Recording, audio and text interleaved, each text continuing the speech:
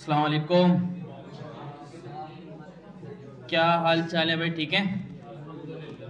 बातें बातें हो गई तो क्लास स्टार्ट करें। चलो अच्छी बात है यार, रहती हैं तो कर लें थोड़ी और है। अच्छा जी, तो पहले तो बताएं कि जो ऐप दी थी बनाने के लिए उसका क्या सीन है? हो गई किसी की? PWA। तो मैं जो है ना वो बना देता हूँ, क्या कहते हैं अपना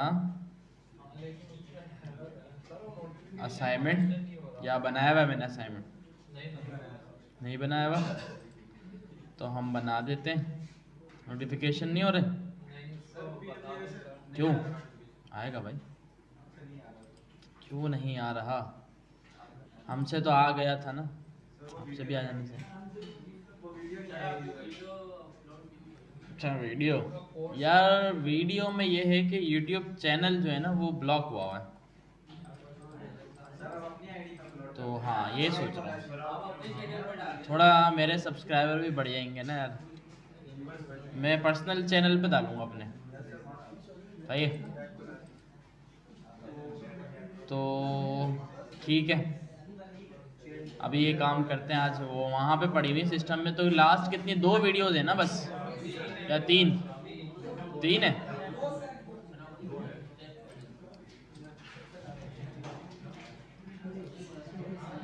जावा स्क्रिप्ट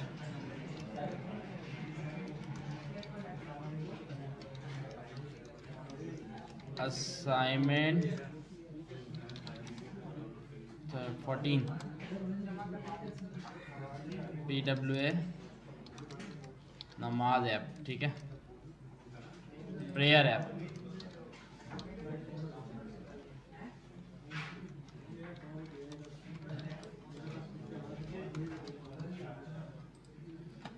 ठीक है,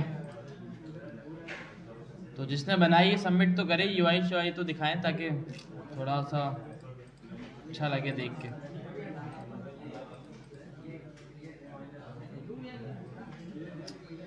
नोटिफिकेशंस का क्या सीन है, क्यों नहीं आ रहे? देखते हैं, कोई एक अच्छी दिखाए तो फिर उसी के ऊपर खेलते हैं हम। सही है। कौन सबमिट कर रहा है? मत कर रहा है तो मतलब फिर ये अहमद ही सीख के चले आएगा यहाँ से। यार आप लोग क्या करोगे सब? लेट सीखोगे?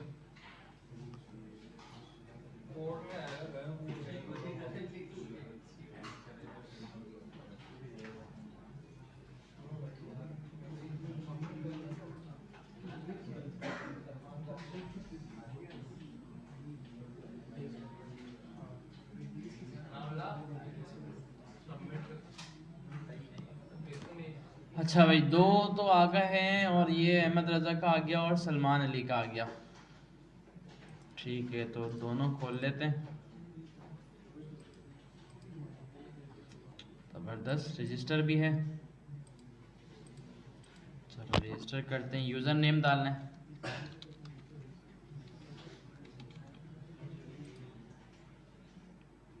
क्या बात है भाई, अब क्या करूँ? क्लोज कर दूँ?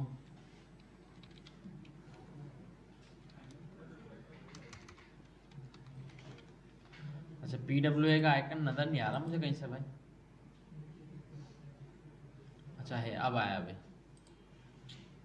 नोटिफिकेशन आ रही हैं? कहाँ है सलमान? आ रही हैं? ज़बरदस्त यार, नमाज रिमाइंडर्स। अच्छा ये फीचर्स बता दिया आपने कि ये है। अच्छा जी, हम डाउनलोड करते हैं इसको। तो सलमान ऐप डाउनलोड भी हो गई, रिस्पॉन्सिव भी है। कहाँ गई भाई? ये भाई,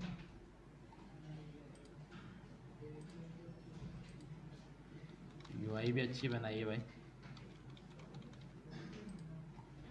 ये क्या? अच्छा वो उसमें किया था, अब हम इसमें आ गए ना, हमें दोबारा करना पड़ेगा।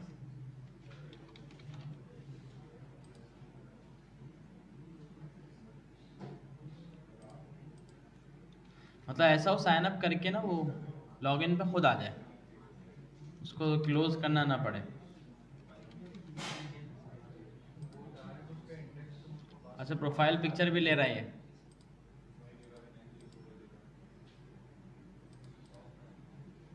लेकिन ये तो लॉगिन पे खड़ा हुआ है ना, तो लॉगिन पे प्रोफाइल पिक्चर क्यों मांग रहा है भाई?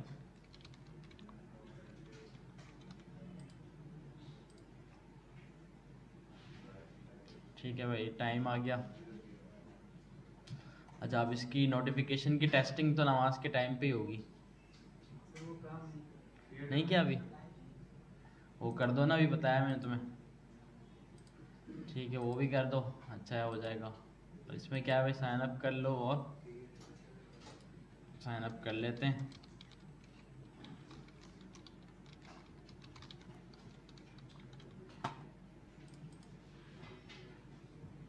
वाह भाई क्या बात है,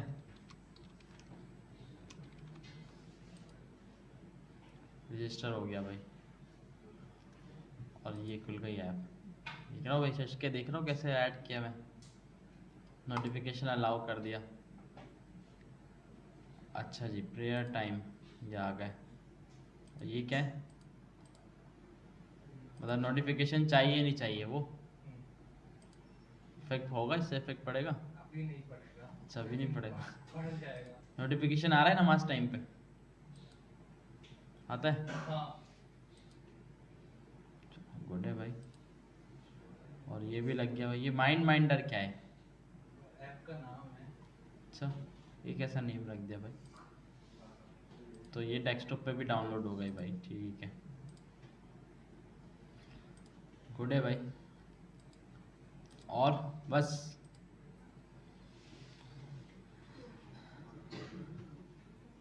तो अच्छी सी ना एक मुझे ना, जिसने जिसने बना ली ना, अच्छी सी मुझे एक वीडियो बना के भेजे पूरी ऐप की ना,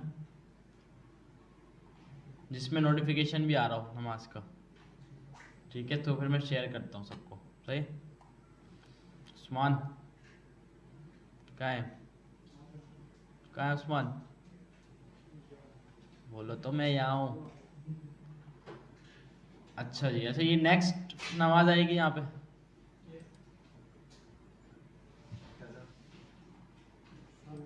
मतलब फजर के बाद जो यहाँ पे और नज़र आएगा, ऐसा ही है? ज़बरदस्त यार, ये चीज़ तो अच्छी ऐड की है। और ये करंट टाइम आ रहा है,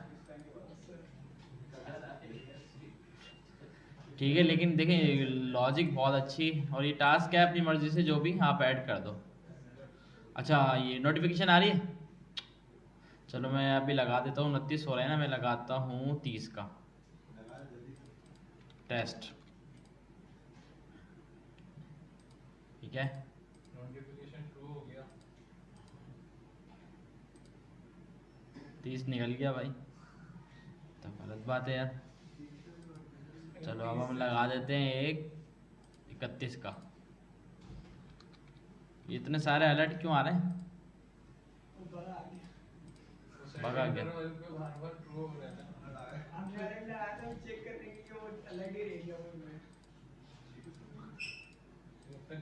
तो ये सेंट्रल में लगा है तो मसला ख़राब कर देगा ये तो।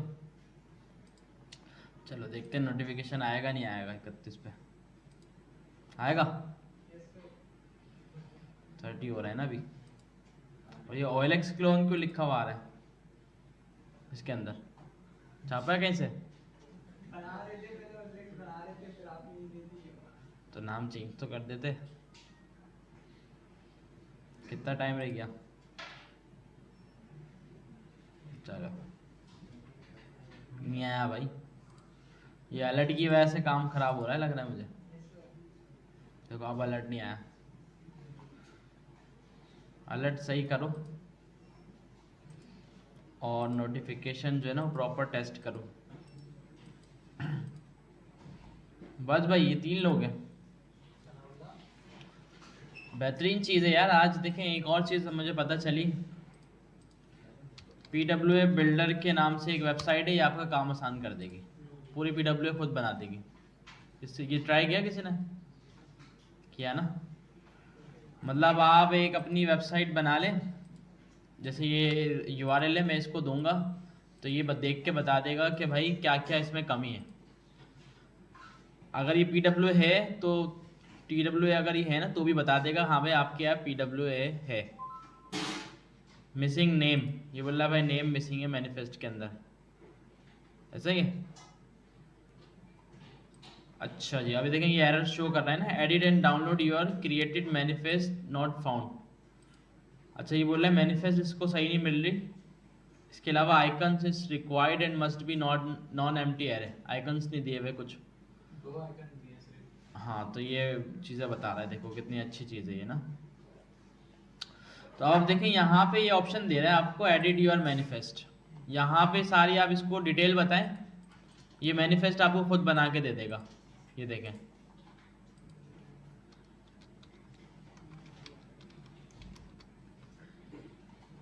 ठीक है, और यहाँ पे ना आप इस देखो आइकन भी बना के दे रहा है यहीं पर ही, सब कुछ इसने प्रोवाइड कर दिया आपको।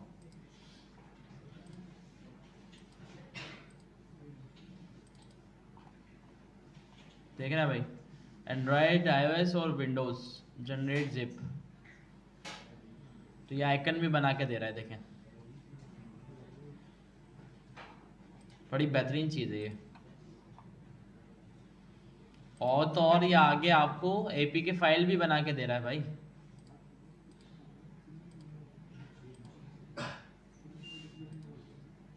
ये देखें भाई, इसने एंड्रॉयड iOS दोनों दे दिए, लेकिन सारे आ गए, देखें भाई। और इसने आइकन्स की एक जेसन फाइल भी दी आपको कि भाई ये कॉपी करके आप अपनी मैनिफेस्ट में रख दो। देखिएगा फाइल, देखिएगा पूरी इसने बना के दी।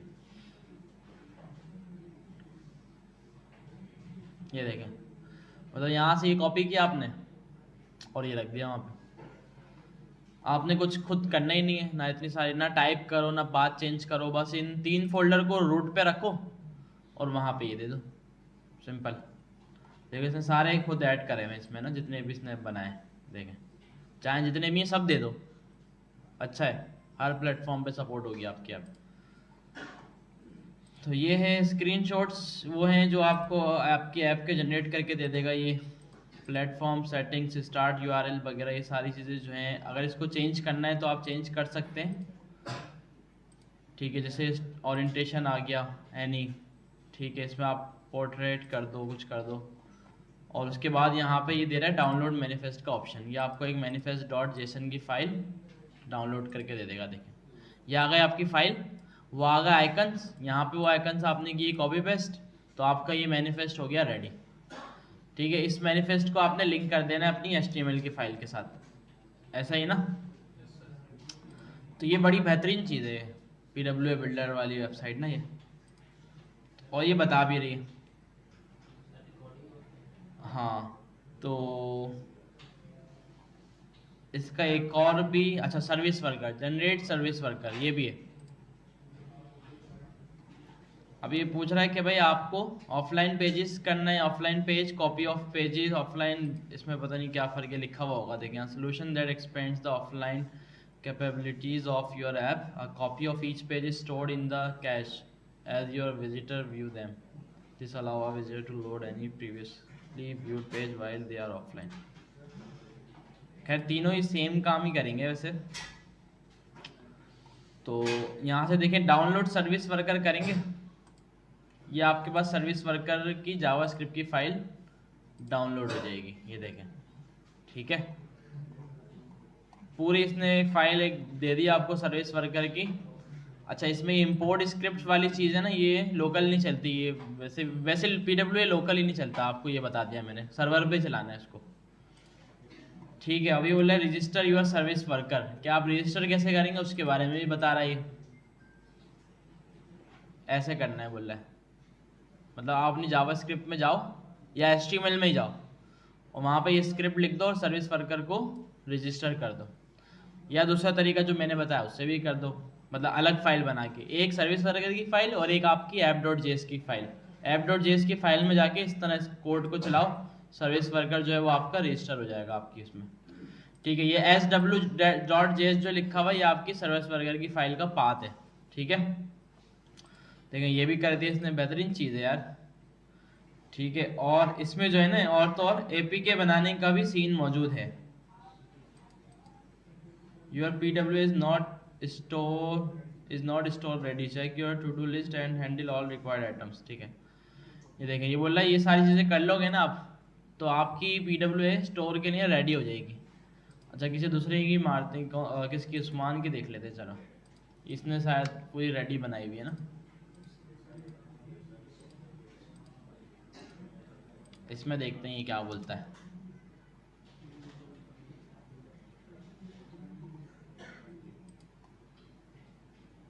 इसमें भी अच्छा, वार्निंग से एरर्स नहीं है, वार्निंग पे ये मान रहा है, बोले आप बना लो एपी के। ठीक है, लेकिन आज बेहतर ये है कि सारी वार्निंग्स भी हटा दो। देखें पैकेज फॉर स्टोर्स, देखें बेहतरीन यार, तो सारा दे दिया मैंने वहाँ जनरेट पैकेज एंड्रॉयड के लिए।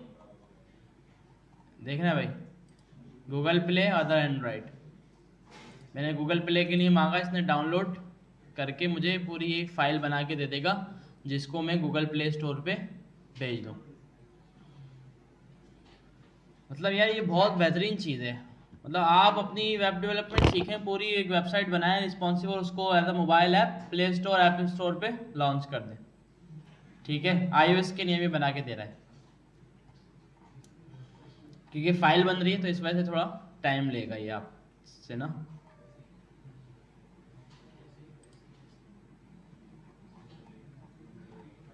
देखना है सारी चीज़ ने उठा लिया आपकी उसी से, कलर शलर सब उठा लिया। देखते हैं किस फॉर्मेट में ये हमें जो है वो डाउनलोड करके दे रहा है। मतलब ये ऐसा है कि आप वीडियो का इंतज़ार भी ना करें, इस वेबसाइट पे जाएं, ये आपको खुद बता रही है कि क्या क्या करना है आपको, ये कर लो ये कर लो, सारी चीज़ें देख के करिए आपने और बन गए आपके पास।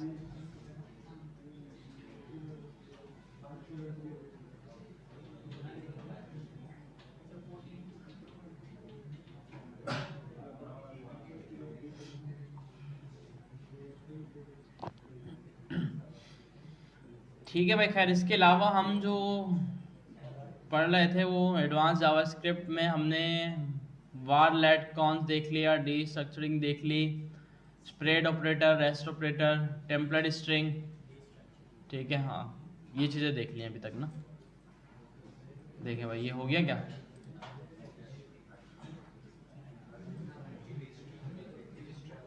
डाउनलोडेड तो आ रहा है लेकिन गया कहाँ है, ये क्या कर रहा है भाई। Congratulations, your Android package has successfully downloaded। गया कहाँ लेकिन ये, रिमाइंडर जिप आया अच्छा यही है, हाँ यही है तो यही।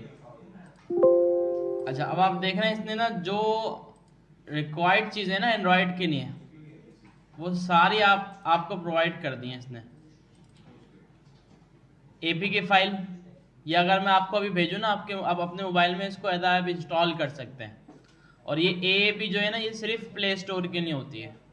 ठीक है, मतलब ये बंडल होता है फाइल्स का, फिर वो मोबाइल की सपोर्ट के हिसाब से उसका फाइल साइज डाउनलोड करता है, प्ले स्टोर का फीचर है ये। APK जो है ये नॉर्मल APK फाइल होती है जो आप व्हाट्सएप पे एक दूसरे को भेजें और वो अपने मोबाइल में इंस्टॉल कर लें। और ये की स्टोर जो है ना वो ऑथेंटिकेशन के लिए होती है, गूगल प्ले आपसे मांगता है।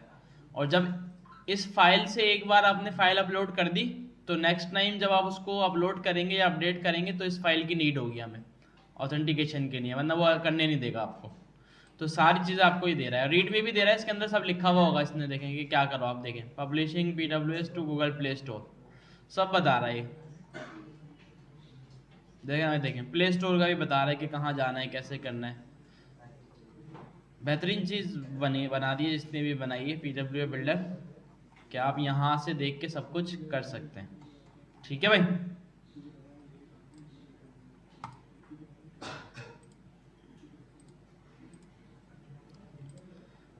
तो अब आते हैं हम थोड़ा ये 6 पे।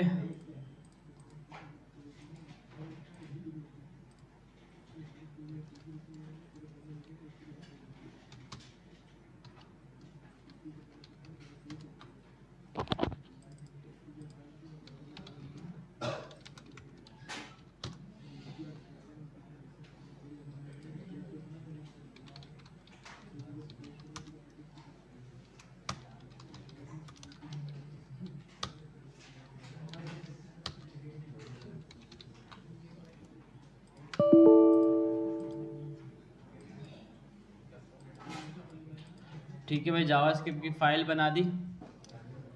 अच्छा, अब हम जो है ना कुछ चीज़ें देख लेते हैं। अच्छा, सबसे पहले जो है ना मैं आपको एक चीज़ पढ़ा देता हूँ, उसके बाद फिर दूसरी चीज़ों पे जाते हैं, ठीक है। वो चीज़ क्या? अच्छा, दो चीज़ें मैंने आपको बताई हैं, सिंक्रोनस वर्सेस एसिंक्रोनस कोड ना, दोनों का फर्क पता चल गया? ठीक है, मतलब सिंक्रोनस कोड जो है वो लाइन बाय लाइन चलता है, जो भी आज तक हमने कोड लिखा है सारा सिंक्रोनस है, ठीक है। और अगर किसी एक लाइन में कोई इशू आ गया तो नेक्स्ट लाइन नहीं चलेगी, ठीक है। एसिंक्रोनस कोड ये होता है कि वो चलता रहे, जावास्क्रिप्ट उसका वेट नहीं करती, नेक्स्ट लाइन पे चली जाती, ठीक है। तो अब फॉर एग्जांपल हमारे पास जैसे एसिंक्रोनस की करने के लिए ना हमारे पास ये सेट टाइम आउट था, ऐसा ही है। और इसी में हम एक फंक्शन बना देते हैं। अच्छा, इसमें मिसाल के तौर पे एक बना हुआ है मेरे पास वेरिएबल, ठीक है, और ये चल रहा है तकरीबन 3 सेकंड बाद। अब ये जो वेरिएबल है ना str, ये मुझे यहाँ पे चाहिए। अब मुझे आप बताएं कि ये कैसे मिलेगा, समझ गए सवाल? ये वेरिएबल के अंदर जो भी डेटा है वो मुझे यहाँ पे चाहिए, या नीचे कहीं पर भी चाहिए, तो कैसे मिल सकता है? क्या कर दूं? सेट टाइम आउट का पैरामीटर? ये कौन सा पैरामीटर है इसमें? इससे क्या होगा? सवाल समझा करें भाई, पहले फोकस किया करें फिर जवाब दिया करें। ऐसे हो सकता है इसको एक वेरिएबल में स्टोर करें, सेट टाइम आउट को एक वेरिएबल में स्टोर करें। सेट टाइम आउट को एक वेरिएबल में स्टोर करें, फिर उसमें तो फिर इसका रेफरेंस मिल जाएगा स्टॉप करने के लिए जो होता है। नहीं हो सकता, ये सही जवाब है। नहीं, ये जवाब भी हो सकता है ना, देखिए कभी कभार कि भाई ये नहीं हो सकता। सर वो इसलिए क्योंकि 3 सेकंड बाद ये वेरिएबल बनेगा ना, तो हाँ, कैसे हम उसको देख पाएंगे? मसला ये है ना, आप बताएं। वेरिएबल बनेगा ही 3 सेकंड बाद, तो आप उसको कैसे मिलेगा? तो कंसोल लॉग तो चल जाएगा। अच्छा, जब बन जाए जब गेट कर लें। चलो आसान कर दिया सवाल। तो इसको भी सर सेट टाइम आउट में डाल दें 3 सेकंड नीचे ये तो जुगाड़ हो जाएगा ना। अभी तो खैर खैर देखें, सेट टाइम आउट समझे नहीं है, ये एसिंक्रोनस कोड है। ये 3 4 5 10 सेकंड जितनी देर बार भी चल सकता है, हमें नहीं पता, ठीक है। लेकिन इसके अंदर का जो डेटा है ना वो हमें बाहर चाहिए। सवाल ये है।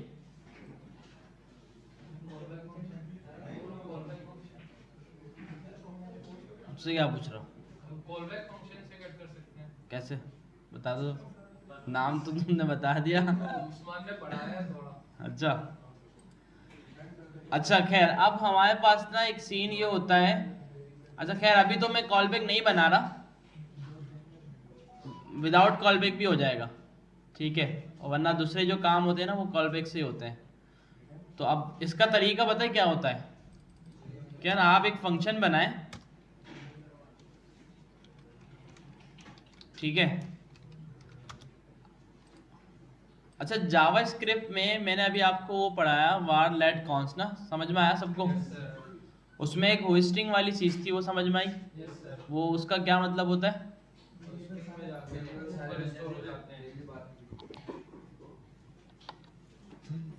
ग्रुप के अंदर स्टूडेंट्स हैं 136 हैं ग्रुप के अंदर, तो अभी आपके पास जो अटेंडेंस आ रही है शीट के अंदर वो है 45 46 47, सबको रिमूव कर रहा हूँ। ग्रुप से कैसे करोगे? मैं वही अब नंबर डालूंगा, मैं ग्रुप के अंदर शीट दूंगा गूगल फॉर्म की, सारे जो जो प्रेजेंट है वो अपना बंदा बच्चा डालेगा, मैं शीट में एंटर डाल के मैच करके, ठीक है। अभी भी करंट आपके पास जो मैंने उस दिन लास्ट में मैंने सब छांटा की थी तो 96 थे, तो उसमें से भी डिडक्ट करके अभी 46 बचे। क्योंकि वो लिंक शेयर किया ना, वो आउटसाइडर्स भी बहुत हैं उसमें, ऑनलाइन वाले सभी को निकालना है सर, हाँ, सभी को सही। निकालना है, ना अपडेट होंगे ना हाँ, ही निकाल किसी दो, से निकाल दिखेगा, दो। क्योंकि सब छाटी करेंगे, ठीक है।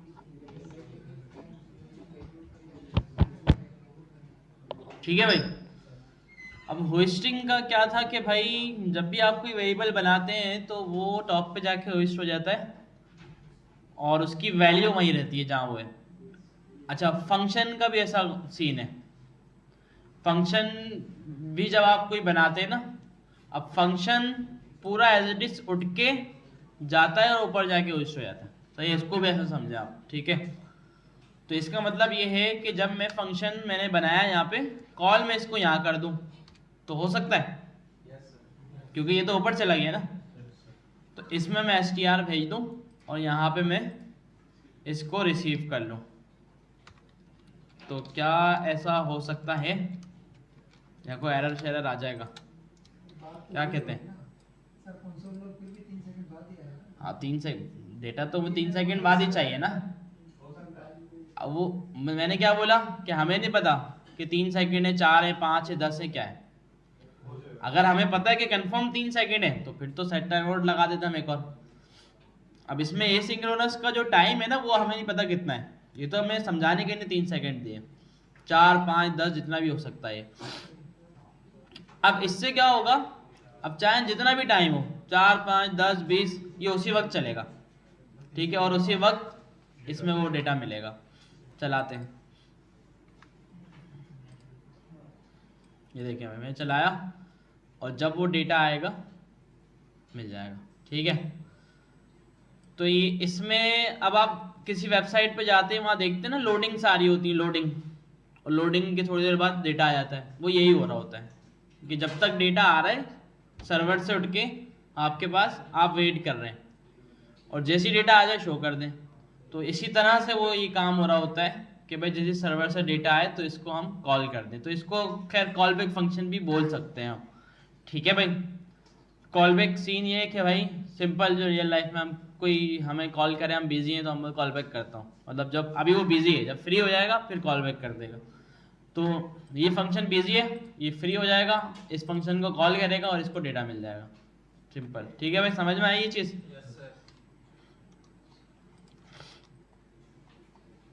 तो मैं API से डेटा फैच करना आपको बताना चाह रहा था, लेकिन वो बाद में करते हैं, अभी इतना ही समझ लें, ठीक है। बता दें सर, थोड़ी चीज़ें और देख लें उसके बाद। अच्छा, अब जो है ना हम कुछ एरे के अच्छे अच्छे मेथड्स के ऊपर आते हैं, ठीक है। जैसे कि किसी ने ट्राई किया खुद से, कोई एरे डॉट मैप ट्राई कर लिया? क्या बात है भाई, आप तो कर चुके पहले से यार, नहीं पढ़ेगा? कौन है ये? ये तो पहले पढ़ चुके। ठीक है। अच्छा, अब हमारे पास एक मेथड है पहले फॉर ईच। अच्छा, ये बिल्कुल जैसे फॉर लूप होता है ना, ये वैसे ही काम करता है। अगर आप फॉर लूप चलाना नहीं चाह रहे तो एक मेथड दिया हुआ ये चला रहे, ठीक है, एरे डॉट फॉर ईच। अब ये भी आपको एक कॉल बैक फंक्शन देता है, ठीक है, जिस तरह सेट टाइम आउट में हम फंक्शन देते हैं ना, इस तरह इसमें भी देते हैं। तो ये आपको इस फंक्शन के पैरामीटर में एक देता है वैल्यू और एक देता है इंडेक्स, ठीक है। वैल्यू में क्या आएगा, जो एरे के एलिमेंट पे वैल्यू पड़ी हुई है, चाहे वो नंबर हो, स्ट्रिंग हो, ऑब्जेक्ट हो या जो भी हो, ठीक है। इंडेक्स में क्या आएगा, उस वैल्यू का इंडेक्स। तो यहाँ पे अगर मैं console.log लगाऊं वैल्यू और इंडेक्स को, तो ऐसा ही हुआ 2 0, ठीक है, एरे में भी यही था, और फिर 4, फिर 6 6, 4 6 6, और फिर सबके इंडेक्स आ रहे हैं, ठीक है। तो ये फॉर लूप का अल्टरनेट है कि आप मेथड्स यूज करके चला सकते हो। अच्छा जी, मैप सेम यही काम कर रहा है। क्या कर रहा है, देखें, रीलोड किया, सेम। तो फर्क क्या है, फर्क ये है कि फॉर ईच जो है ना वो कुछ रिटर्न नहीं करता, फॉर ईच कुछ रिटर्न नहीं करता। मैप एक न्यू एरे रिटर्न करता है अगर आपने मैप के इस कॉलबैक फंक्शन से कुछ रिटर्न किया हो। मतलब जैसे कि मैं इसमें रिटर्न कर रहा हूँ गॉस, तो मैप रिटर्न में मुझे एक न्यू एरे बना के देगा, ठीक है। और इसके अंदर जितने भी मेरे पास एरे की लेंथ है सब पे गॉस गॉस रख के दे देगा। ये देखें, ठीक है भाई, ऐसा ही हुआ। तो मैप का ये फ़ायदा है कि मैप आपको एक न्यू एरे क्रिएट करके दे देता है। अच्छा, अब आपको कोई ऐसा टास्क आ गया आपके पास कि यार मेरे पास जितने भी नंबर हैं सबको मल्टीप्लाई बाय 10 करके एक न्यू एरे बनाना है, ठीक है। तो अब आप फॉर लूप चलाओगे तो उसमें फिर आपको एक नई एरे बनानी पड़ेगी, फिर उसमें पुश करना पड़ेगा मल्टीप्लाई करके। ऐसे ही मैप ने वो काम आसान कर दिया। कैसे? यहाँ आप लिख दें वैल्यू मल्टीप्लाई बाय 10 और ये क्या करेगा, एक न्यू एरे आपको बना के दे देगा जिसमें सारी वैल्यूज़ मल्टीप्लाई बाय 10 होकर आपको मिलेंगी। तो इस तरह एरे को यूज़ करके, मतलब एरे की वैल्यूज़ को यूज़ करके एक नया एरे बनाना, तो उसके लिए हम यूज़ करेंगे मैप, एरे का मैप का मेथड, ठीक है। स्क्रीन चलती है ना, चलाएं। शेयर नहीं की होगी फिर मैंने।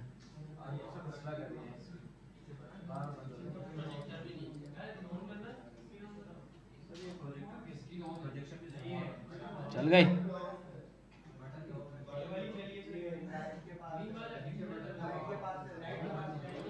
क्या हो गया?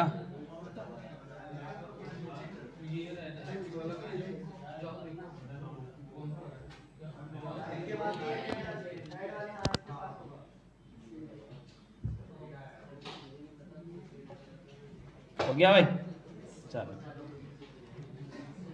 ठीक है भाई। तो कभी भी कोई ऐसा काम करना हो कि एक एरे को यूज करके आपको एक न्यू एरे बनाना हो, तो मैप हो गया, फॉर ईच हो गया, और अच्छा फॉर ईच कुछ रिटर्न नहीं करता, बस वो आइट्रेशन के लिए है मेथड एक। अच्छा जी, अब हमारे पास एक एरे है,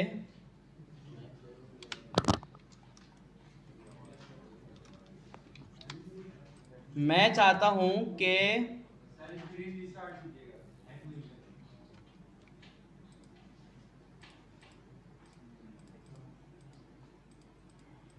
सही है। अच्छा, मैं चाहता हूं यार ये मेरे पास एरे के अंदर वैल्यूज हैं, मुझे इन सब वैल्यूज का सम चाहिए, ठीक है। तो कैसे कर सकते हैं ये काम? वही फिर एक लूप चला के और वेरिएबल में एक उसको अपडेट करते हैं वेरिएबल को, तो फिर एक सम आपको आखिर में मिल जाएगा। तो इसके लिए भी हमारे पास एक मेथड है, इससे और भी बहुत काम लिए जा सकते हैं वैसे ना। मेथड है हमारे पास एरे डॉट रिड्यूस, ठीक है भाई। और ये भी आपको आउटपुट जो है ना वो रिटर्न में देता है न्यू एरे बना के, ठीक है। क्या बोला? क्यों हैंग हुआ हुआ है भाई?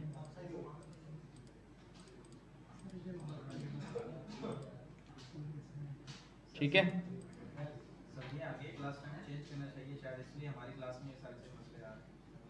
तो क्लास टाइमिंग वाकई में चेंज करने का सोच रहा था वैसे, सुबह 9 बजे की। क्या कहते हैं? नहीं नहीं, इसी डेज में तो 11 बजे जाते होगे ना, सुबह 8 बजे कर लेते हैं, 8 से 10। सुबह फजर के बाद रख लेते हैं सर, आसानी है, फिर जॉब के लिए आसानी होगी। खैर वैसे भी ना देखें, रमज़ान में ना मेरी एक ही टाइमिंग होती है सहरी के फ़ौरन बाद, इसके अलावा फिर मैं लेता भी नहीं क्लास। तो यहाँ पर रोज़ाना डिफरेंट नहीं, लेकिन देखिए मैं यही चाह रहा था कि यार सुबह के रख लें, क्योंकि ना हाँ जॉब होगी ना आपकी इस वजह से। तो खैर वैसे तो बैच 11 में पढ़ा नहीं रहा, लेकिन अगर पढ़ाऊँगा ना तो फिर मैं वो सुबह 9 बजे पढ़ाऊँगा, अच्छा रहता है सुबह। मैं शुरू से जो है ना सुबह वाली क्लास लेके आ रहा हूँ, ये 2 बैच से मैं रात की ले रहा हूँ क्लास। तो सैटरडे संडे को सुबह ले लें। चलो खैर बस जो है वही है भाई, छोड़ो चुप चुप। अच्छा, एरे डॉट रेडियस आपको क्या करता है कि भाई इसमें ना हमारे पास ये फंक्शन होता है सेम, और इसमें हमारे पास 2 पैरामीटर होते हैं, एक ए और एक बी, ठीक है। अच्छा, ए में वो वैल्यू होती है कि जब आप मतलब आप क्या करते हैं, ए में वो वैल्यू होती है कि जब अब मैंने यहाँ से रिटर्न करवाया 5, अच्छा फर्स्ट टाइम में ए में अनडिफाइंड होता है, फर्स्ट टाइम में, मतलब जब फर्स्ट टाइम चलेगा ना ये ए में क्या होगा, अनडिफाइंड। अच्छा जब सेकंड टाइम चलेगा तो जो वैल्यू रिटर्न हुई होगी ना इस फंक्शन से वो ए में जाके सेव हो जाएगी, मतलब रिटर्न मैंने किया 5, तो सेकंड टाइम जब ये चलेगा तो ए में क्या आ जाएगा, तो इसी तरह जब सेकंड टाइम चलेगा फिर नई वैल्यू रिटर्न हो जाएगी तो ए में नई वैल्यू जाके सेव हो जाएगी। अच्छा अब सम करना है ना, तो और एरे में ए में अनडिफाइंड है तो अनडिफाइंड के साथ तो सम नहीं कर सकता, अगर मैं इसको बोल दूं A plus B undefined plus B, B में क्या आ रहा होगा, सारे एलिमेंट्स आ रहे होंगे जैसे 2 4 6 इस तरह सारे आ रहे होंगे, तो अनडिफाइंड प्लस 2, तो ये तो एरर आ जाएगा हमारे पास नोट ए नंबर का, ऐसा ही है या नहीं आएगा, ठीक है। तो इसका एक और है कि इसकी डिफॉल्ट वैल्यू भी आप दे सकते हैं एक ही ना थर्ड इंडेक्स में, तो मैंने कहा डिफॉल्ट वैल्यू इसकी होगी 0, नहीं 0 में लेकिन हो जाएगा ना, लेकिन ये ऐसा क्यों बोल रहा है भाई, जावास्क्रिप्ट रेड्यूस,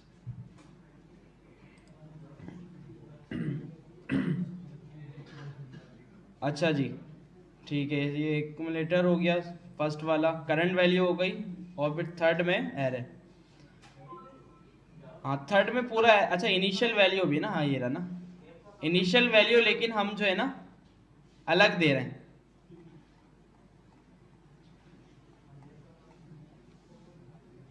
ठीक है, ए और बी इनिशियल वैल्यू जो है ना हम सेकंड उसमें दे रहे हैं, इसमें पूरी एरे मिलती है, वो बोलता है इनिशियल वैल्यू देनी है तो यहाँ दो, मतलब रेड्यूस के फर्स्ट आर्गुमेंट में फंक्शन और सेकंड में ए की इनिशियल वैल्यू, तो हमने ए की इनिशियल वैल्यू रख दी 0, तो अब हम देखते हैं कि ये रिटर्न में हमें क्या ला के देता है, ठीक है, एरे नहीं टोटल लेके आएगा ये, ठीक है, तो इसने टोटल ला के दिया 32, अच्छा ये आता रहेगा मसला, अब क्या करें, आगे आगे बैठ जाओ यहाँ पे जिसको नजर नहीं आ रहा, मतलब बार बार करना पड़ेगा, पूरी क्लास ऐसे निकल जाएगी।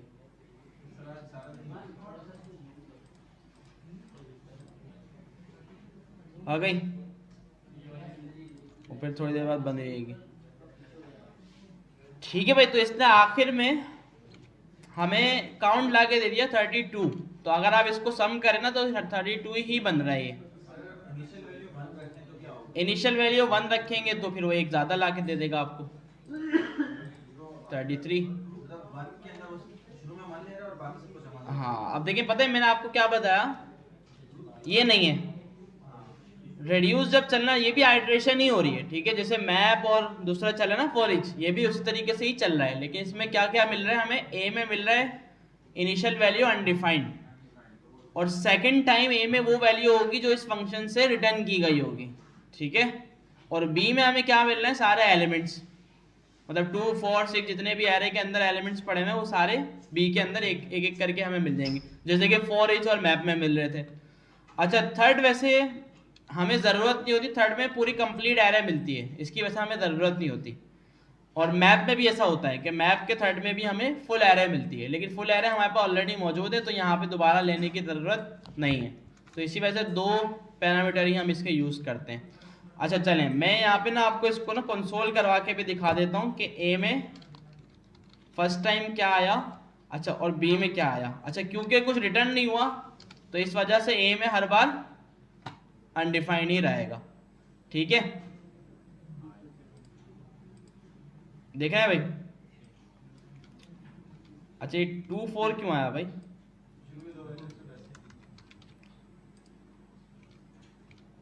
ए में, अच्छा इनिशियल वैल्यू, हाँ बिल्कुल इसमें थोड़ा कंफ्यूजन हो गया हमें। इनिशियल वैल्यू का सीन ये है कि भाई ए के अंदर ये एरे का फर्स्ट इंडेक्स खुद उठा लेता है, इनिशियल वैल्यू में एरे का जो फर्स्ट इंडेक्स होगा ना ये वो खुद सेट करके रख देगा, ठीक है, ये इसने किया है। तो इनिशियल क्या पड़ा हुआ था 2, तो जब फर्स्ट टाइम ये चला तो इसने इसके अंदर रख दिया 2, और बाकी टाइम अनडिफाइंड। बाकी टाइम अनडिफाइंड क्यों रखा, क्योंकि दूसरी बार जो इसमें वैल्यू जाके सेव होगी ना वो कौन सी होगी, जो रिटर्न की गई होगी, तो इस हिसाब से अगर आप सोचे ना दिमाग में, मतलब पहले था 2, ए में 2 था प्लस बी में क्या था, बाकी सारी वैल्यू, ठीक है।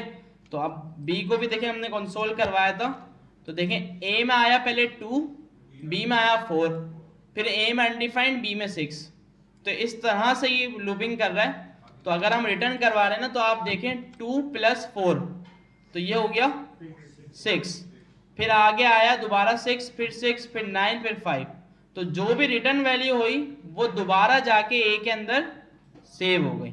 तो इसने आखिर में आके जो लास्ट वैल्यू यहाँ से रिटर्न हुई, ये भी बंद हो गया अब तो। अच्छा, ये तो HDMI से चल रहा है वैसे, ठीक है। तो लास्ट वैल्यू जो बनी वो 32 बनी, ठीक है। इसके अलावा ये बोलता है अगर आपको एरे की फर्स्ट वैल्यू नहीं उठानी बल्कि अपनी कोई डिफॉल्ट वैल्यू देनी है, तो आप रेड्यूस के सेकंड आर्गुमेंट के अंदर दे दो। जैसे कि मैंने यहाँ पे दे दिया 10, तो ये पूरी एरे को सम भी करेगा और फिर साथ में 10 को भी इंक्रीमेंट कर देगा, ठीक है भाई, ये क्लियर है।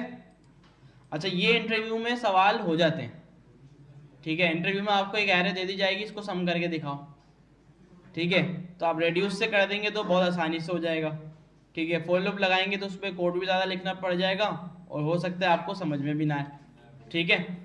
तो ये सीन है, फॉर ईच, मैप, रेड्यूस, 3 देखें।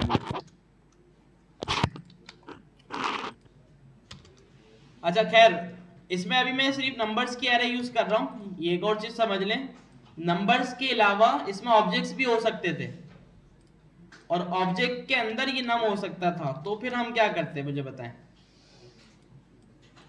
अगर ये कुछ इस तरीके से होता, अगर ये कुछ इस तरीके से होता, तो चलें आप बताएं मुझे कि मैं इसमें क्या चेंजेस करूं रेड्यूस के फंक्शन में।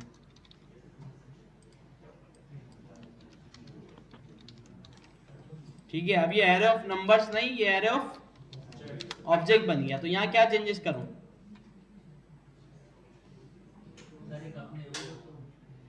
क्या हो गया भाई, पूरी जावास्क्रिप्ट खत्म हो गई है। हाँ, कहाँ पे लिखूं,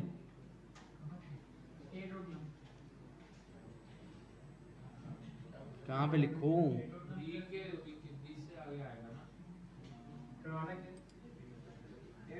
मतलब जो पहले हो रहा था अब हमने ऑब्जेक्ट के साथ करवाना है। तुम लेट आया, तुम्हें पता नहीं है,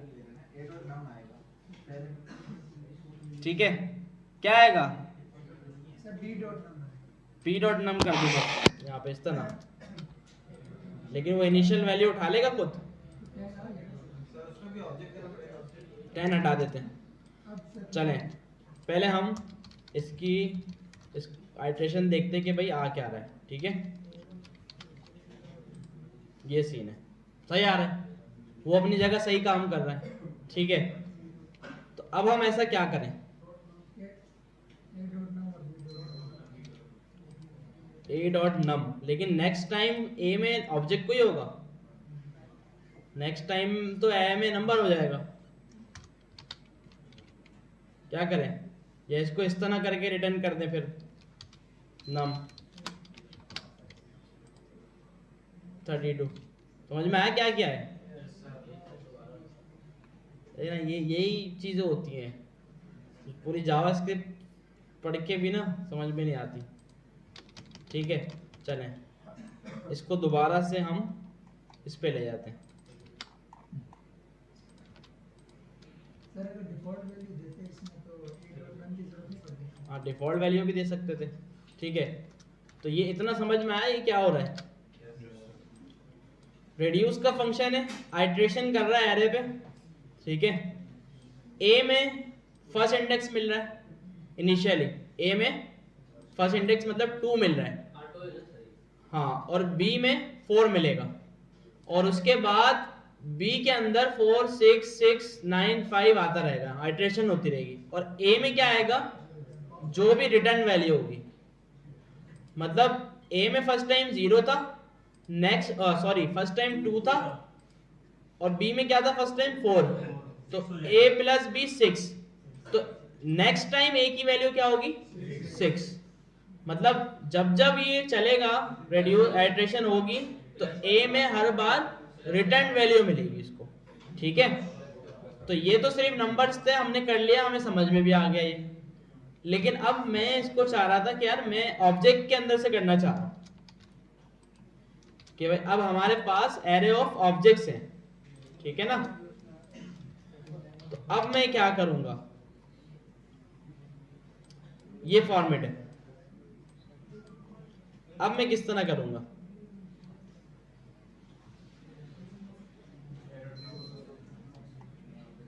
क्या हो क्या गया भाई,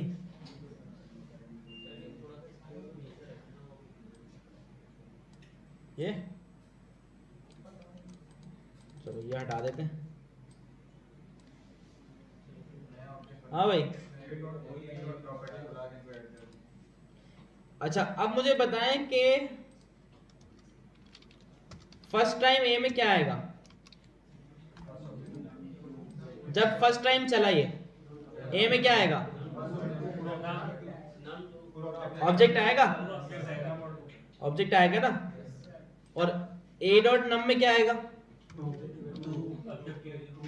2 आएगा, ठीक है भाई 2 आएगा।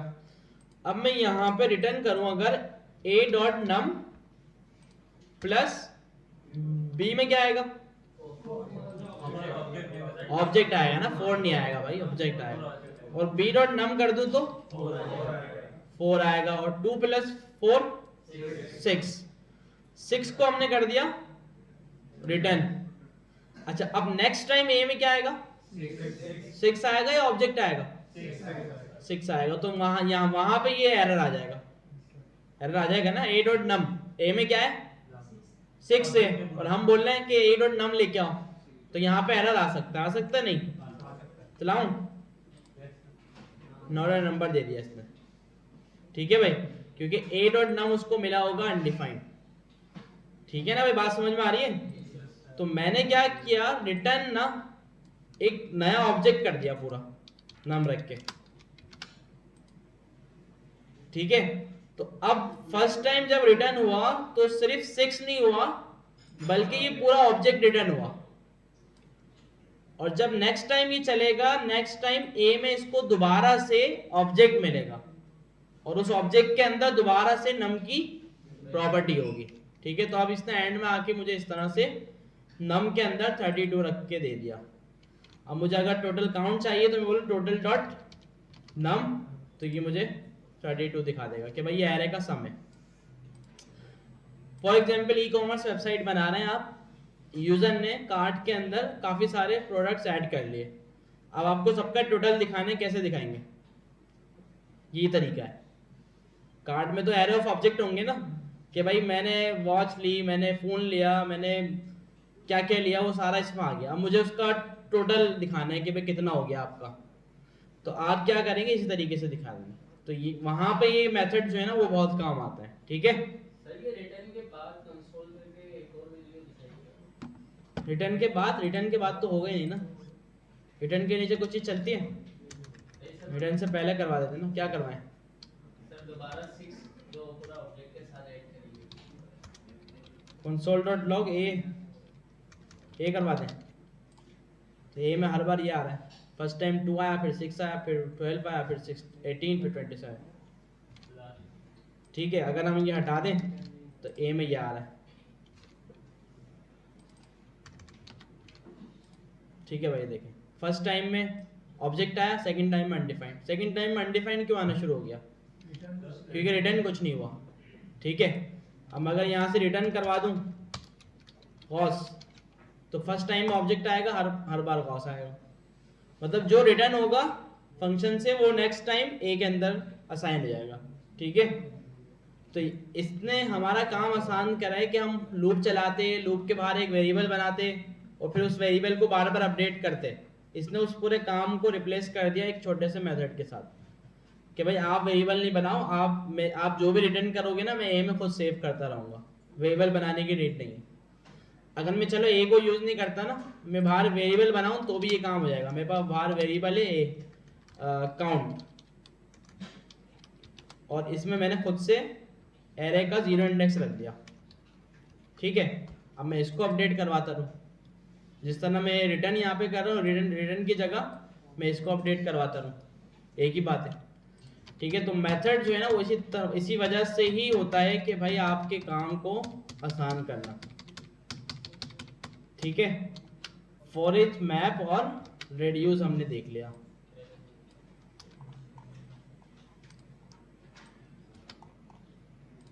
अच्छा जी, अब हम देखते हैं एरे का एक और मेथड जो कि है फिल्टर। फिल्टर तो पता होगा ना, नहीं पता? मैं चाहता हूं, अच्छा फिल्टर का ये सीन है, फिल्टर पहले समझे करता क्या है। ये एरे लेगा हमसे पूरी और रिटर्न में एक न्यू एरे हमें देगा, रिटर्न में न्यू एरे बना के देगा। फिल्टर चलता है ट्रू और फॉल्स पे। अगर मैं इसको रिटर्न में बोलूं ट्रू, तो ये जितने भी एलिमेंट्स आ रहे हैं ना वो सारे दे देगा हमें दोबारा से नई एरे में रख के। देखें मैं यहाँ पे अगर बोलूं console.log, तो same as it is array दे देगा आपको जो जिसके ऊपर आपने फिल्टर चलाया है। देखें सेम एरे आ गए हमारे पास, क्योंकि मैंने क्या बोल दिया था, ट्रू। अगर मैं फॉल्स बोलता तो बताओ कितना आएंगे? फॉल्स बोलता तो इसकी लेंथ 0 आएगी। तो फिल्टर बोलेगा कि मैं आइट्रेशन चला रहा हूं, जिस आइट्रेशन पे रिटर्न ट्रू मिलेगा मैं वो एलिमेंट उठा के एरे में ऐड कर दूंगा, जिस आइट्रेशन में रिटर्न फॉल्स मिलेगा उसको मैं स्किप कर दूंगा। ठीक है, अब मैं बोलता हूँ इसको यार 5 से ऊपर मेरे पास जितनी वैल्यू है सिर्फ वो वाले ऑब्जेक्ट्स को लेके आओ, बताओ क्या करूं? अच्छा फिल्टर भी आपको वैल्यू और इंडेक्स देता है, वैल्यू और इंडेक्स। वैल्यू में क्या आएगा? पूरा एलिमेंट। तो यहाँ पे मुझे कंडीशन लगानी है, जो नंबर 5 से ऊपर है सिर्फ वो वाले ऑब्जेक्ट आए। क्या करूं?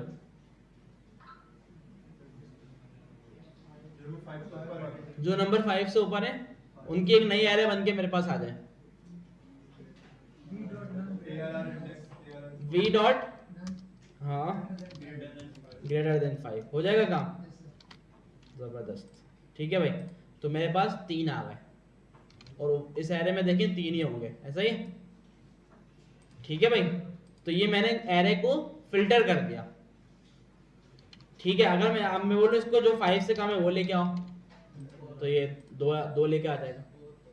ठीक है भाई, 2 और 4। तो इसी तरीके से सिर्फ नम नहीं, एरे में बोलूं भाई जो स्टूडेंट मेरा कराची में रहता है उसको लेके आओ, जो स्टूडेंट की एज 20 से ज्यादा है उसको लेके आओ। ठीक है भाई, क्या जो भी कंडीशन लगानी है, जो भी कंडीशन लगानी है। देखिए जिस तरह मैंने आपको इफ समझाया था ना, अगर आप उस तरह समझे इफ को तो आपको बहुत अच्छा समझ में आया होगा कि इफ हमसे एक्सपेक्ट करता है कि ट्रू या फॉल्स, बस इफ का और कोई काम नहीं है। हम इफ को सारी चीजों के साथ जोड़ देते हैं, कंडीशंस के साथ, सबके साथ। इफ कुछ नहीं जानता, इफ क्या जानता है? तो इसी तरह फिल्टर भी ट्रू और फॉल्स जानता है। ट्रू मिलेगा तो एलिमेंट उठा के एरे में रख देगा, फॉल्स मिलेगा तो स्किप कर देगा।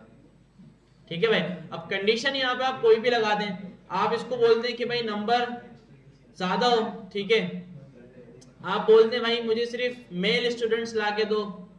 ठीक है, आप बोलते हैं कराची वाले स्टूडेंट्स ला के दो। आप बोलते हैं जो पास हो गए, जो फेल हो गए वो वाले ला के दो। मतलब किसी भी तरीके का आपको फिल्टर लगाना है तो आप लगा सकते हैं। ठीक है भाई, क्लियर है? कार्ड्स वाला तो देखिए हाँ, उसका लेकिन डेटा फॉर्मेट डिफरेंट बनाना पड़ेगा ना, एरे। वो तो हमने ऑब्जेक्ट बनाए थे ना, कार वाले क्या था? ऑब्जेक्ट थे। ये किसके ऊपर चल रहा है? अगर वो आप एरे ऑफ ऑब्जेक्ट बनाएंगे तो हो जाएगा। ठीक है भाई, मतलब एक एरे के अंदर जितनी भी कार्ड्स डाल दें आप, 1000 डाल दें और उसके बाद फिल्टर लगाएं, जो होंडा वाले हैं वो आ जाए तो फिल्टर लेके आ जाएगा उनको। ठीक है भाई, तो ये फिल्टर का काम है।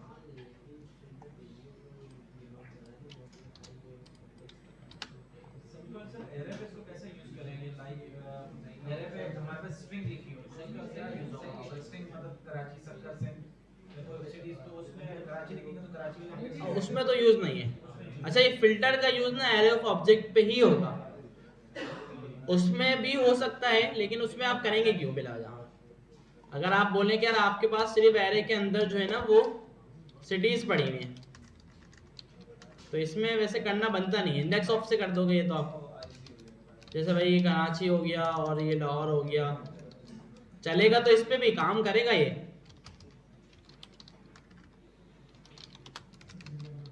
देखिए सिटीज डॉट फिल्टर, और यहाँ पे मैं इसको बोल दूंगा भाई रिटर्न कर दो वैल्यू अगर मैच कर जाए लाहौर से तो वो लेके आओ। तो ये क्या करेगा, सिर्फ लाहौर लेके आ जाएगा। लेकिन ये बहुत बड़ी लॉजिक होगा, इससे शॉर्ट जो है तो वो हम इंडेक्स ऑफ से कर देते। ठीक है भाई, चलेगा तो इस पे भी है, क्योंकि ये हमें मैं बोल रहा हूँ ना, आप जो है ना भाई एक चीज को समझा करें, जो पॉइंट है इसका पॉइंट क्या है, ट्रू और फॉल्स। फिल्टर एरे पे चलेगा और ट्रू और फॉल्स में बात करेगा, बस ये इस चीज को समझ जाए ना, आपके जहन में कोई क्वेश्चन ही नहीं आएगा नेक्स्ट, अगर आप इस चीज को समझ गए। वरना अगर इस चीज को नहीं समझे, आप ये पूछते रहेंगे कि नंबर पे चलेगा, स्ट्रिंग पे चलेगा, और इसके अलावा ऑब्जेक्ट के अंदर अगर नेस्टेड ऑब्जेक्ट हो चलेगा, अगर ऑब्जेक्ट के अंदर एक और एरे हो तो क्या होगा। अभी जितने भी सवाल है ना ये सारे हटिएंगे अगर आपको ये बात समझ में आ जाए कि भाई फिल्टर हमसे बोल रहा है सिर्फ ट्रू दो। अब ट्रू किस तरह देना है वो हमारे ऊपर है, हम लॉजिक बना के देंगे, वो हमें आता है।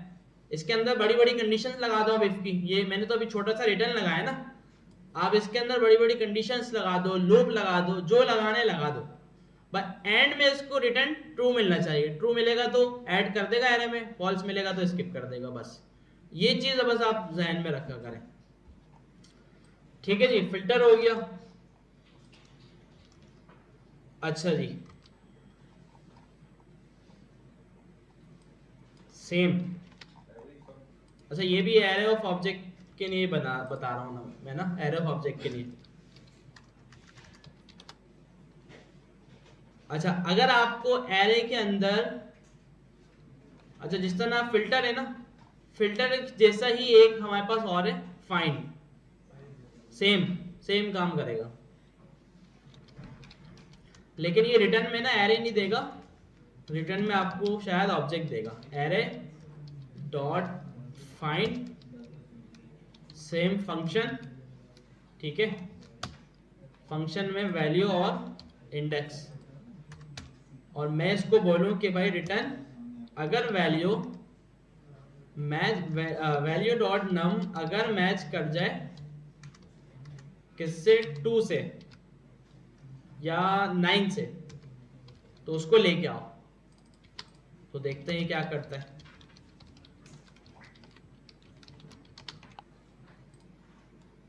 ठीक है भाई, 9 वाला ऑब्जेक्ट उठा के ले आया। फिल्टर क्या कर रहा था, मल्टीपल ला रहा था, फाइंड क्या करेगा, एक लाएगा।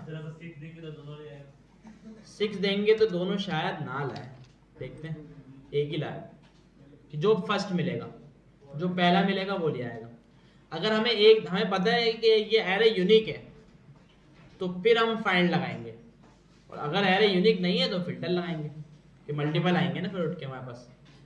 ठीक है, अब जैसे स्टूडेंट्स, हमारे पास हमारी पूरी क्लास में स्टूडेंट्स हैं और इनका रोल नंबर यूनिक है और ये एरे के अंदर है सारे, तो मैं क्या लगा दूंगा, फाइंड लगा दूंगा कि भाई ये वाले रोल नंबर का स्टूडेंट लेके आओ, तो एक ही उठा के लेके आएगा वो। ठीक है, फाइंड जैसा ही एक हमारे पास है फाइंड इंडेक्स, ये पूरा ऑब्जेक्ट उठा के नहीं लाएगा बल्कि उसका इंडेक्स बता देगा कि भाई आपका ऑब्जेक्ट इस इंडेक्स पे पड़ा हुआ है। इसने बोला इंडेक्स 2 पे पड़ा हुआ है आपका ऑब्जेक्ट। ठीक है, 0 1 2। ठीक है, मैं बोलूंगा 9 वाला किस पे पड़ा हुआ है, 9 वाला 4 पे पड़ा हुआ है। ठीक है, ठीक है भाई, काम के थे एरे के मेथड्स, बेहतरीन थे। अच्छा काफी सारी चीजें जो है ना वो आसान हो जाती हैं इन मेथड्स से, तो अच्छा हमने देखे। ठीक है, तो मेरे जहन में ये थे, अगर हमने कोई मिस नहीं किया हो तो हम देख लेते हैं। एरे मेथड्स, हाँ एवरी जो है फॉर ईच की तरह ही काम करेगा, बाकी हम देख लेते हैं।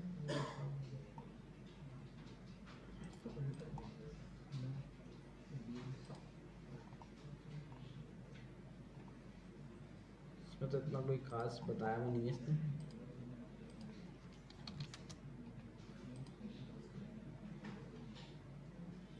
इसमें आ रहे हैं और भी आ रहे हैं भाई काफी सारे।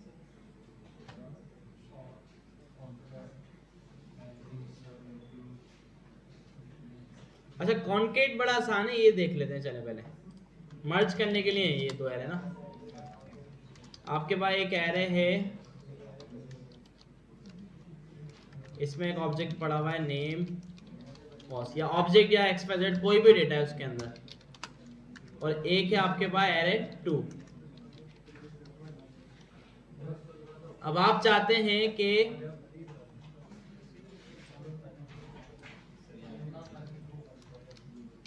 आपके पास एक और ऑब्जेक्ट है जिसमें नेम पड़ा है अहमद, ठीक है। अब आप इन दोनों को करना चाह रहे हैं मर्ज, एरे डॉट कॉन्केट एरे 2, तो ये क्या करेगा, दोनों को आपस में मर्ज कर देगा, ठीक है। मर्ज में आप कंसोल करवाएं मर्ज को और देखें तो ये दोनों एरे आपस में मर्ज हो गई। अच्छा एरे 2 पहले लिख दें या एरे पहले लिख दें, एक ही बात है। एरे 2 पहले लिख दिया, एरे बाद में लिख दिया, एक ही बात है। अब वो एरे को पहले करेगा, एरे 2 को बाद में कर देगा, ठीक है। तो इसमें सीक्वेंस का फर्क है कि जो पहले लिखेंगे पहले वो आएगा, फिर बाद में दूसरा आ जाएगा, ठीक है। रिटर्न एरे ही तो कर रहा है, एरे ही कर रहा है ना, मर्ज करेगा मतलब दो एरे को आपस में मर्ज करेगा और नया एरे आपको रिटर्न कर देगा, ठीक है भाई। अगर आप कॉन्केट से नहीं करना चाह रहे तो हमारे पास दूसरा ऑप्शन क्या है, एरे और एरे 2। तो अगर आप कॉन्केट से नहीं करना चाहते तो शॉर्ट तरीका आपके पास ये है, स्प्रेड ऑपरेटर, ठीक है। अच्छा ये तो चल ही नहीं रहा, खैर ये लिंक हमने खोला था, क्यों इंडियन बंद हो गई क्या हमारे पास? नहीं मीडिया में भाई, इतनी बड़ी वेबसाइट है तो। अच्छा ये तो हमारे वाले ही बता रहे थे, हमने पढ़ लिया। अच्छा चलें सम देखते हैं।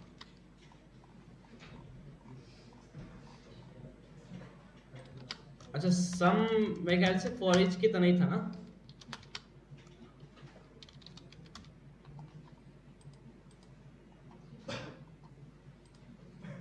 अच्छा ये अच्छी वेबसाइट है, इस पे जाके आपको एक डिटेल पता चल जाएगी कोई भी मेथड हो। अच्छा जी सम जो है ना आपको रिटर्न में आउटपुट दे रहा है ट्रू और फॉल्स के अंदर, ठीक है। The sum method of array instances test whether at least one element in array passes the test implemented by the provided function. It returns true in the array. अच्छा simple, अगर उसमें देखें filter की तरह ही है, अगर मिल जाएगा ना तो ये बूलियन रिटर्न करेगा। फॉर एग्जाम्पल जैसे हमने यहाँ पे फाइंड में देखा पूरा ऑब्जेक्ट दे रहा है, फाइंड इंडेक्स में देखा वो पूरा वो दे रहा है सिर्फ एक ऑब्जेक्ट। अगर इसको सम कर देंगे तो ये हमें जवाब देगा किसमें, ट्रू फॉल्स में। ट्रू इसका मतलब मिल गया, मतलब एरे के अंदर ये ऑब्जेक्ट मौजूद है। तो इंडेक्स फाइंड आपको पूरा ऑब्जेक्ट लाके दे रहा है, फाइंड इंडेक्स उसका इंडेक्स लाके दे रहा है, सम ट्रू और फॉल्स दे रहा है कि भाई हाँ भाई इसके अंदर मौजूद है। अगर नहीं मिलेगा मैं बोल दूं यार 10 को ढूंढो, ठीक है, तो ये बोल देगा फॉल्स, ठीक है। इजी है काफी। एवरी फॉल्स, और अगर मैं इसको बोलूं भाई 6 ढूंढो तो ट्रू, नहीं ट्रू नहीं आ रहा ना भाई, एवरी पे क्यों नहीं आ रहा, एवरी अलग होगा, एरे एवरी मेथड। अच्छा ये क्या कर रहा है, every method of array instances test whether all elements in the array pass, हाँ तो सारे मतलब एवरी सारे मैच होना चाहिए, ठीक है। अगर मैं सब में 2 कर दूं ना, 2 2 और 2 2 और यहाँ पे 2 लगाऊं तो अब इसमें क्या आएगा, ट्रू आएगा कि सारे मैच हो रहे हैं। अगर सब में से कोई एक भी मैच नहीं हुआ तो ये दे देगा आपको फॉल्स, ठीक है। मतलब ये ऐसे मेथड्स हैं, इनका यूज इतना ज्यादा नहीं होगा कभी कि पूरी एरे को आपने देखना है कि सेम है या नहीं, ठीक है। तो ये कर सकते हैं कि आपने एक क्लास में स्टूडेंट्स एनरोल किए और सब स्टूडेंट्स का आप चेक कर लें कि हाँ वो सेम क्लास में आ गए या नहीं एरे के अंदर, तो बहुत कम इसका यूज होगा, इतना ज्यादा नहीं।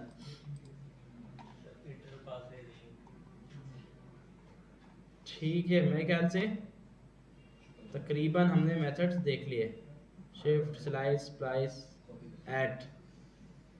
ऐड क्या है? In this method it takes an integer value is the element of, तो वही है, तो स्क्वायर ब्रैकेट लगा के जो आप इंडेक्स देते हैं ना। एरर और एंट्रीज,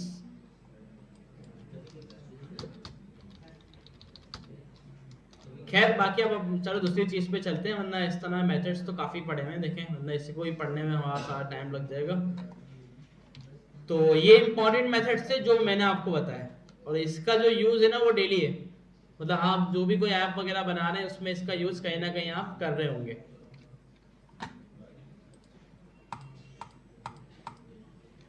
ठीक है जी, एरे के मेथड्स हो गए। अब हम आ जाते हैं एडवांस जावास्क्रिप्ट में। हम क्या कर रहे थे,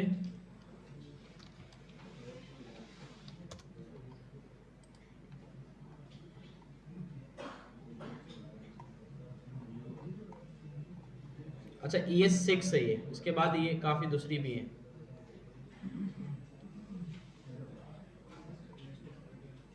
अच्छा इसमें कुछ है जो है ना हम लास्ट में देखेंगे बिल्कुल, और बेहतर ये है कि वो जब हम रिएक्ट वगैरह स्टार्ट करें ना उसके साथ देख लें तो ज़्यादा अच्छा होगा।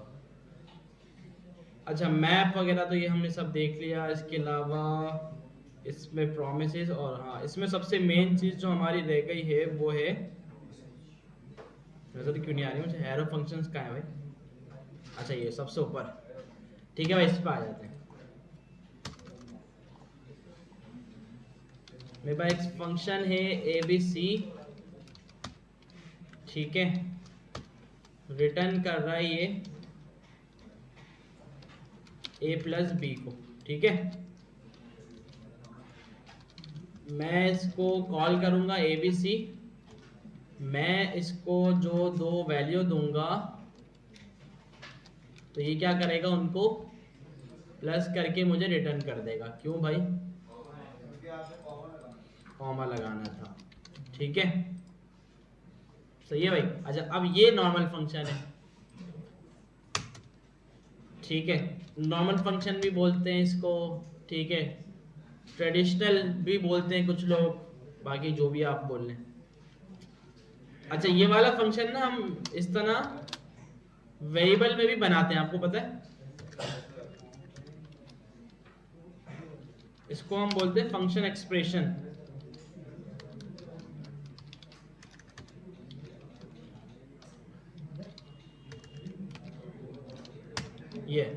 ये भी फंक्शन है, ये भी अब भी चलेगा, ठीक है।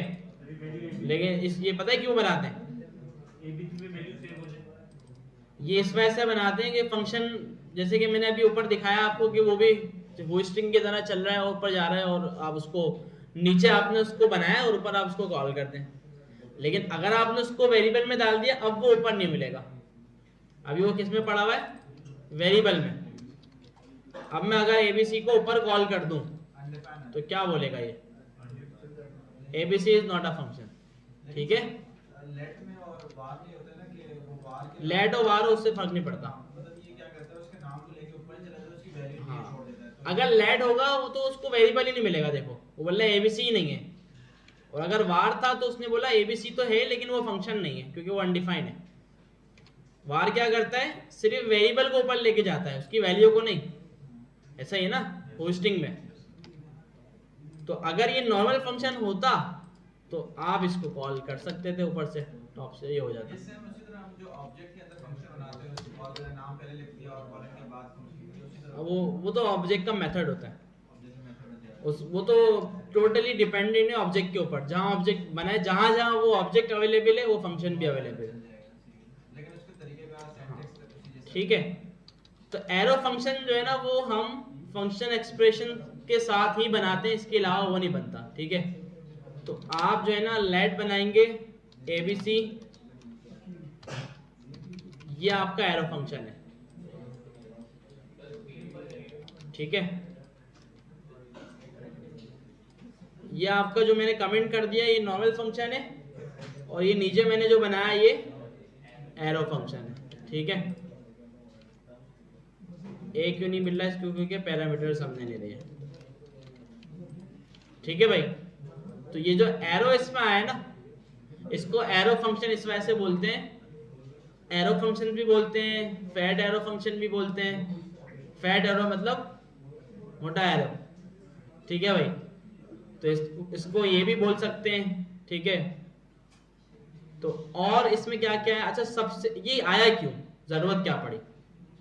पहली चीज तो ये ना कि अब सबसे अच्छी चीज इसमें ये कि भाई इसका जो सिंटेक्स था वो बहुत अच्छा हो गया। अब देखें ये जो मैंने कोड लिखा हुआ है ना, इसको मैं आपको शॉर्ट करके दिखाता हूं। अच्छा, अब आपका जो फंक्शन है वो अगर सिंगल लाइन स्टेटमेंट को रिटर्न कर रहा है तो आपको रिटर्न लगाने की जरूरत नहीं है। रिटर्न भी हटाओ, कर्ली ब्रैकेट भी हटाओ और अपने रिटर्न स्टेटमेंट को उठा के ऊपर ले जाओ एरो के सामने, ठीक है। तो ये और ज़्यादा सिंपल हो गया। अब आप इसको चलाएंगे तो ये बिल्कुल सेम उसी तरीके से वर्क करेगा। इजी हो गया ना, ठीक है भाई। अगर आप सिंगल स्टेटमेंट को रिटर्न कर रहे हैं, अगर आप इसके साथ और दूसरी कोई फंक्शनैलिटी भी डालना चाह रहे हैं तो बनाना पड़ेगा, ठीक है। अच्छा, अगर आपके पास सिर्फ एक पैरामीटर है, ठीक है, तो अब आपको ये राउंड ब्रैकेट लगाने की भी जरूरत नहीं है। फंक्शन जो है हमारा वो और शॉर्ट हो गया। ये देखें, ये इतना सा ये पूरा एक फंक्शन है, ठीक है। एक वो हमारा नॉर्मल फंक्शन और ये देखें इतना छोटा सा ये एक फंक्शन है, ठीक है भाई।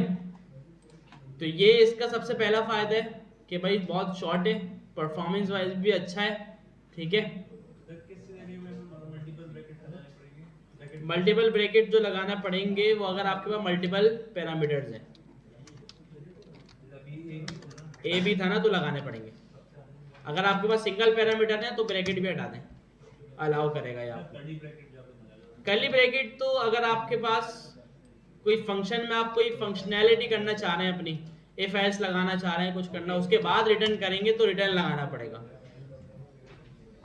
सर मैंने ग्रुप में सबको निकाल दिया, अब मैं सबको लिंक देखे जो यहाँ बैठे हैं उनको मैं ग्रुप में ऐड कर रहा हूँ, ठीक है। मेरी बाजी वैसे भी बात हुई है, ठीक है भाई। अगर फंक्शन में और ज्यादा काम हो रहा होगा तो इस तरह फिर हमें रिटर्न लगाना पड़ेगा। अगर सिंगल लाइन स्टेटमेंट में सिर्फ रिटर्न हो रहा है और कुछ नहीं हो रहा तो ये काफी है। देखना भाई, ये छोटा सा एक फंक्शन आपका बन गया, एक ये हो गया। अच्छा, दूसरी चीज, अब कुछ चीजें नॉर्मल फंक्शन में जो थी वो यहाँ से हटा दी, ठीक है, एरो फंक्शन से। कुछ एक्स्ट्रा चीजें होती थी इसके अंदर ना, काफी प्रोटोटाइप के अंदर इसकी पड़ी हुई होती थी, ठीक है। जैसे कि मैंने ABC को कॉल किया, मैंने इसको आर्गुमेंट पास किए, मैंने कहा भाई गॉस और ये कुछ नंबर दे दिए मैंने। अच्छा, अब नॉर्मल फंक्शन में एक हमारे पास कीवर्ड होता है आर्गुमेंट्स, पता है। इसके अंदर जितने भी आर्गुमेंट्स हैं वो सारे एरे के अंदर इस तरह मिल जाते हैं हमें। मैं करूँगा आर्गुमेंट्स 0 तो ये मुझे ला के देगा गॉस। मैं करूँगा आर्गुमेंट 1 तो ये मुझे ला के देगा 30। अच्छा 2 लिखा है तो 65, ठीक है। मैं यही बोलूँ यार, अचानक 65। पहले पढ़ा था, हाँ मैं पढ़ा होगा, टेस्ट में तो आया हुआ था ये। आया बता। हाँ तो मैंने बताया नहीं होगा फिर। तो खैर, लेकिन ये इजी है। चलो, मैंने आपको पढ़ाया भी नहीं, क्या लग रहा था आपको इसमें क्या आएगा? सर एक ARGS देख के पता चलता है। आर्गुमेंट लिखा हुआ था, आपसे हाँ, मुझे- ARGS कुछ भी नहीं होता, सर हमें तो नहीं पता था ना। आर्गुमेंट्स होता है, ठीक है भाई। तो खैर टेस्ट में और भी बहुत सारी चीज़ें होंगी भाई जो नहीं पढ़ेंगे। सर को भी एक टेस्ट- अच्छा, एरो फंक्शन में ये नहीं होता। अगर आप इसको एरो फंक्शन बना दें तो एरो फंक्शन में नहीं होता, ठीक है। मतलब जो एक्स्ट्रा चीजें थी ना फंक्शन के प्रोटोटाइप के अंदर, फंक्शन एक हम बनाते हैं ना, फंक्शन की एक प्रोटोटाइप होती है पूरी, पता है।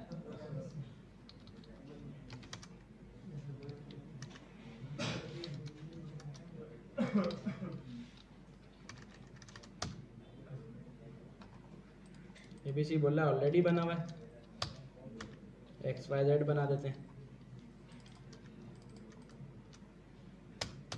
चल भाई क्या कर रहे हैं?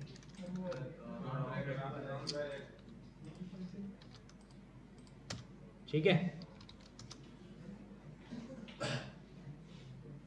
छोड़ो भाई, हम करेंगे यहाँ पे।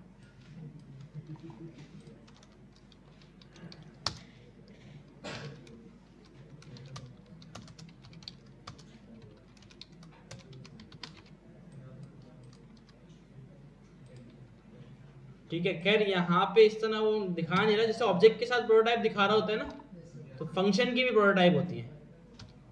जैसे ये डॉट लगाएंगे ना, आपको ये पता चलेगा अप्लाई। अप्लाई एक मेथड है, इसका फंक्शन को कॉल करने के लिए होता है ये। ठीक है, डॉट आर्गुमेंट्स, ये फंक्शन कौन कौन सा आर्गुमेंट्स मांग रहा है उसका बता देगा। बाइंड, ये बाइंड जो है ना थोड़ी सी एडवांस चीज, आगे की चीज है। हम अभी कंस्ट्रक्टर पढ़ा था ना, कंस्ट्रक्टर का एक ऑब्जेक्ट होता है, उसको उसके साथ बाइंड कर देगा, तो इसकी नीड होती है। कॉल करने के लिए होता है, सिंपल कॉल करेंगे तो ये भी कॉल कर देगा फंक्शन को। ठीक है, तो वैसे भी आप राउंड ब्रैकेट लगाएंगे तो भी वो कॉल हो जाता है। तो इतनी सारी चीजें थी, बाकी तो ये एक्स्ट्रा चीजें जो थी ना, ये सारी एरो फंक्शन से रिमूव कर दी, क्योंकि इनकी नीड नहीं थी ना हमें भाई। वो फंक्शन को अगर हमें कॉल करना है तो वैसे भी कॉल हो रहा है। ठीक है, तो कुछ जगहें जावास्क्रिप्ट में ऐसी थी, कुछ चीजें ऐसी थी जहां पे फंक्शन को बाइंड करके फिर कॉल करना होता था। ठीक है, कॉल करके कॉल करना होता था, लेकिन अब वो चीजें भी खत्म हो गई। तो इस वजह से जावास्क्रिप्ट ने एरो फंक्शंस लॉन्च किया कि भाई अब वो जो सारी चीजें थी वो हटा दी, तो अब फंक्शन की जो परफॉर्मेंस है वो और ज्यादा अच्छी हो जाएगी। ठीक है, एक ये फर्क है।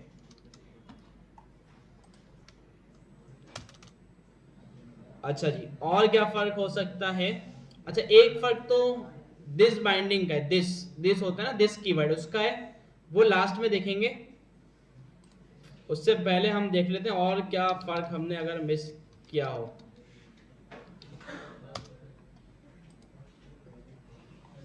अच्छा, इसको रेगुलर फंक्शन भी बोल सकते हैं, जो नॉर्मल है ना आपका। अच्छा, ये तो शॉर्ट सिंटेक्स का तो मैंने आपको बता दिया कि भाई आप रिटर्न हटा दो, शॉर्ट कर दो, ये भी पता चल गया आपको। ये भी पता चल गया कि भाई आर्गुमेंट्स हटा दिया नहीं है। ठीक है, और इसमें क्या है, ऑन दिस। अच्छा, दिस वाली चीज अभी हम देखते हैं, इसके अलावा कुछ है? अच्छा, एरो फंक्शन को आप एज अ कंस्ट्रक्टर यूज नहीं कर सकते। ठीक है, अगर आपने कंस्ट्रक्टर बनाना है तो नॉर्मल फंक्शन से बनाना पड़ेगा। अच्छा, खैर कंस्ट्रक्टर वैसे अब हट गया, कंस्ट्रक्टर की जगह ES6 में क्लास आ गई। ठीक है, तो खैर एरो फिर फंक्शन की हमें जरूरत ही नहीं पड़ेगी।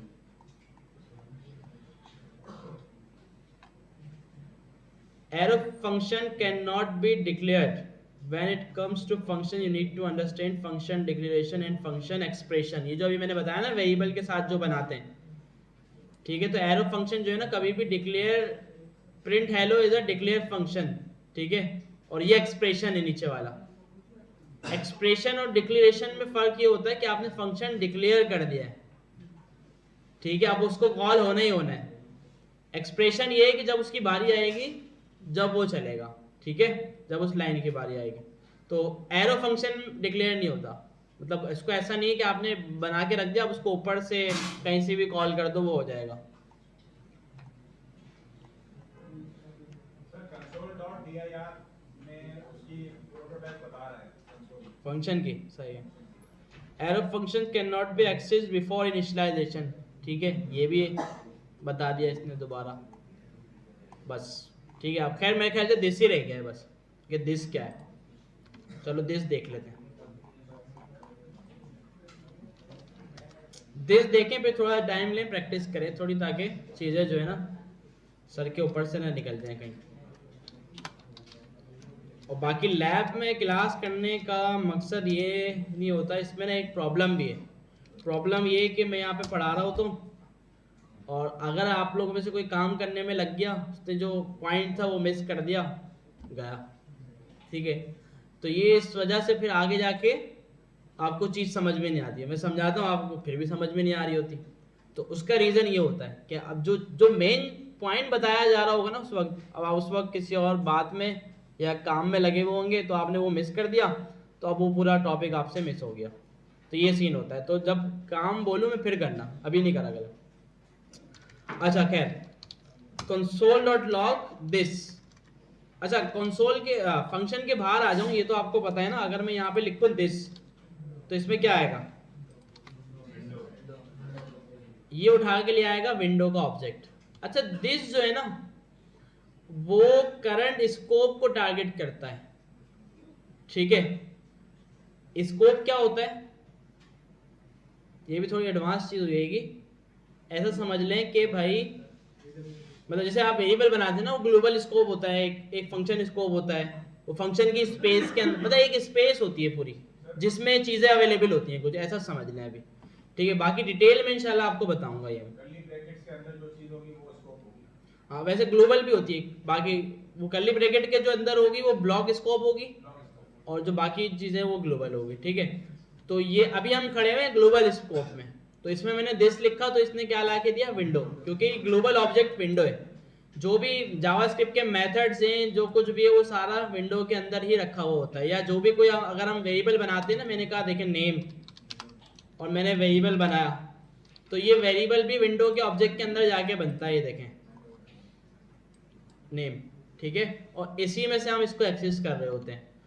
अच्छा अगर क्या अगर मैंने ये लेट से बनाया तो फिर भी ये जाएगा उसमें, कहाँ है, ऊपर ही आ रहा है नेम, ठीक है। तो जाए क्योंकि ये ग्लोबल स्कोप है ना। अगर हम इसको किसी कर्ली ब्रैकेट वगैरह के अंदर बनाते हैं तो फिर ये यहाँ नहीं जाता, ठीक है। तो अब ये वाली चीज जो है ना हम लेके आते हैं फंक्शन के अंदर दिस। तो यहाँ पे क्या मिलेगा, क्या मिलेगा, यहाँ पे भी आपको विंडो मिलेगा, ठीक है। यहाँ पे भी आपको विंडो मिलेगा क्योंकि इस फंक्शन का अपना कोई दिस नहीं है, ठीक है। अच्छा अब यहाँ पे जो समझने वाली चीज है ना वो सिर्फ इस फंक्शन में आपको समझ में नहीं आएगी। ये दिस वाली चीज जो है ना ये मेथड की नहीं होती है। किसके लिए, मेथड के लिए। मेथड कैसे बनता है, आपके पास एक ऑब्जेक्ट है, ठीक है। ऑब्जेक्ट के अंदर आपके पास वैल्यूज पड़ी हुई है, फर्स्ट नेम, लास्ट नेम, ठीक है। और एक आपका फंक्शन है जिसका नेम है gate name, get full name कर देते हैं इसको। इसका काम ये होगा कि आपको रिटर्न कर दे यूजर का फुल नेम। तो यहाँ पे दिस करके भी कर सकते हैं ना, ऐसा ही ये भी आपको बताया था। तो इस दिस की बात हो रही है, ठीक है। अच्छा अब जब मैं इसको कॉल करूंगा obj dot get full name, तो इसमें क्या आ जाएगा, फुल नेम आ जाएगा। ये चीज क्लियर है। अच्छा अब इसने जो दिस उठाया ना वो अपने ऑब्जेक्ट का उठाया, ठीक है। अच्छा अब अगर मैं इसको एरो फंक्शन बना दूं तो क्या सेम होगा, काम हो जाएगा अनडिफाइंड, क्योंकि एरो फंक्शन जो है ना हमेशा मतलब अपने जो इसका जो पेरेंट होता है ना, मतलब इसका जो स्कोप होता है, मतलब मैंने फंक्शन का दिस लिखा था, इसका मतलब ये ऑब्जेक्ट। एरो फंक्शन हमेशा अपने स्कोप के पेरेंट का दिस उठाता है, मतलब और ऑब्जेक्ट का पेरेंट कौन था, विंडो, तो इसने उठाया होगा विंडो। तो इस वजह से विंडो के अंदर ना फर्स्ट नेम था ना लास्ट नेम था, तो इसने क्या लाके दे दिया, अनडिफाइंड, ठीक है। तो ये चीज थी इसकी ना। अच्छा अब इस चीज को ना अब थोड़ा सा आप लोगों को करते हैं कंफ्यूज, थोड़ी चीजें जो है ना आप लोगों को खुद से भी एक्सप्लोर करनी है, ठीक है। मैं क्या करता हूँ यहाँ पे सिर्फ console.log दिस लगा देता हूँ, ठीक है। और इसको यहाँ पे obj dot get full name को कॉल कर देता हूँ। दिस में क्या आएगा, क्या बोल रहा है भाई,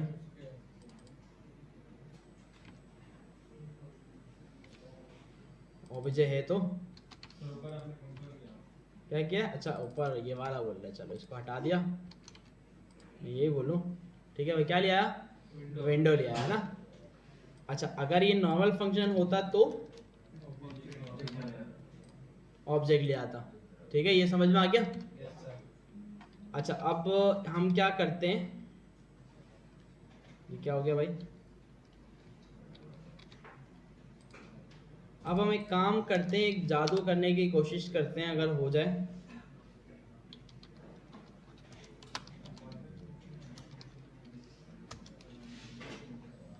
ठीक है, तो अभी तक जो है ना इसमें ये क्या चल रहा है,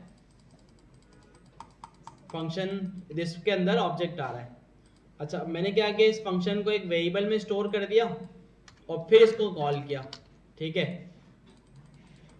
जादू हो गया ना।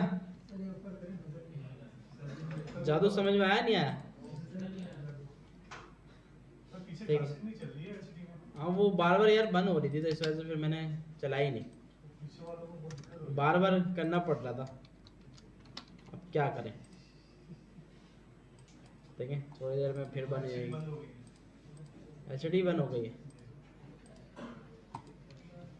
चलो क्या है, ठीक है भाई। देखिए मैं इसको अगर इस तरह कॉल कर रहा हूँ obj dot get full name, अभी ये नॉर्मल फंक्शन है, क्या आया, विंडो कहाँ आया, ठीक है ना। अच्छा अब मैं इसको अगर इस तरह कॉल कर रहा हूँ तो इसमें आ रहा है विंडो, ये क्या फर्क है भाई, ये तो बात तो एक ही है ना। देखें वेरिएबल में भी ये फंक्शन है, वैसे भी हम इस फंक्शन को कॉल कर रहे हैं, ठीक है। तो कुछ समझ में आ रहा है किसी को, इस वेरिएबल में सेव कर रहा है, ये विंडो में सेव हुआ, ये विंडो में है वेरिएबल ग्लोबल स्कोप में इसी वजह से हो जाके उसका हाँ फंक्शन हाँ। अब यहाँ देखा जा रहा है कि भाई फंक्शन कॉल कहाँ से हो रहा है, फंक्शन कॉल कहाँ से हो रहा है, कौन फंक्शन को कॉल कर रहा है, ठीक है। अब ये फंक्शन को ग्लोबल हम कॉल करा, ग्लोबली कॉल करवा रहे हैं, तो इस वजह से वो ग्लोबल स्कोप उठा रहा है। अगर फंक्शन को हम ऑब्जेक्ट के थ्रू कॉल करवा रहे हैं तो फिर वो मतलब अभी किसके थ्रू कॉल हो रहा है, ऑब्जेक्ट के थ्रू, तो अब ये ऑब्जेक्ट उठाएगा। और अगर ये विंडो के थ्रू कॉल होता तो ये उठाता विंडो, तो ये सीन है। अच्छा तो क्या एरो फंक्शन भी यही करेगा, एरो फंक्शन मैंने बनाया, इसमें लिखा मैंने दिस, तो पहले तो इसमें देखा आई विंडो रहा था ना, ऐसे ही विंडो, ठीक है, पहले विंडो ही आएगा ना, सिंपल। अच्छा अगर हम इसको इस तरीके से कॉल करें तो अब भी विंडो आएगा। ये बोले भाई मुझे कहीं से भी कॉल करो, मैं उठाऊंगा अपने पेरेंट का दिस, ठीक है, ये सीन है। बाकी जो हमने वो देखा था उसमें भी देख लेते हैं कि भाई वो भाई क्या बोल रहा है, ताकि और क्लियर हो जाए। With normal functions you can create constructors which serve as a special, अच्छा ये तो सही है, ये तो ये वाला नहीं था ना, हमको क्या देख रहे थे, दिस वाली चीज।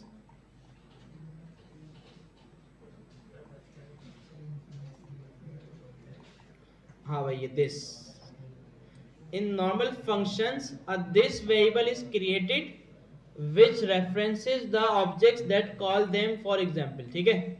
मतलब दिस जो है ना एक तरह का वेरिएबल बन जाएगा और उसमें रेफरेंस होगा किसका, जिससे इस फंक्शन को कॉल किया गया है, ठीक है। जैसे कि अभी मैंने आपको करके दिखाया कि अगर उस फंक्शन को ऑब्जेक्ट से कॉल किया जा रहा है तो दिस के अंदर ऑब्जेक्ट है, अगर उस फंक्शन को विंडो से कॉल किया जा रहा है तो दिस के अंदर। अच्छा देखिए ये चीज़ें ऐसी हैं कि ये नहीं कि आप ऐप बनाने लगेंगे और उसमें ये चीज़ें इंप्लीमेंट, भाई ये इंटरव्यू में पूछे जाने वाली चीज़ें, अगर ये नहीं भी पता हो तो काम तो चलेगा ना आपका, कुछ भी मसला नहीं आएगा, वो सब चलेगा आपका काम। लेकिन ये चीज़ें जो है ना ये इंटरव्यू में पूछे जाने वाली हैं, कि इंटरव्यू में पूछा जाता है कि हाँ भाई ये हो क्या रहा है, बताओ मुझे थोड़ा, तो इस वजह से ये समझना ज़रूरी है, ठीक है भाई। और ये क्या बोल रहा है, as you can see here the this in the print method points to be to object which is the object that calls the method, ठीक है। तो यही सीन हमने देखा अभी। अच्छा अब आप देखें ये सीन ना, फंक्शन के अंदर इन्होंने एक और फंक्शन बना दिया और उसमें दिस रखा, ठीक है, और उस फंक्शन को इन्होंने कॉल कर दिया ऑब्जेक्ट के थ्रू और इसमें विंडो आ रहा है।